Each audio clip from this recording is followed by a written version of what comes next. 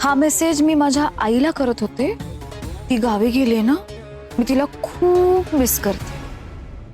पण चुकून तो तुम्हाला सेंड झाला. I miss you.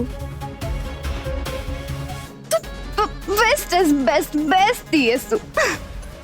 झोप उडली असेल ना बटाट्या. Sorry Saket sir. आता रात्रभर मिस यूच्या मेसेजचा विचार करत बसा.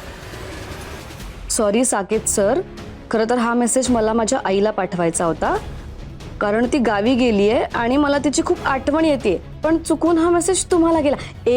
अगे नाटकी, कसली नाटकी बाई आहे ही घारी मांजर.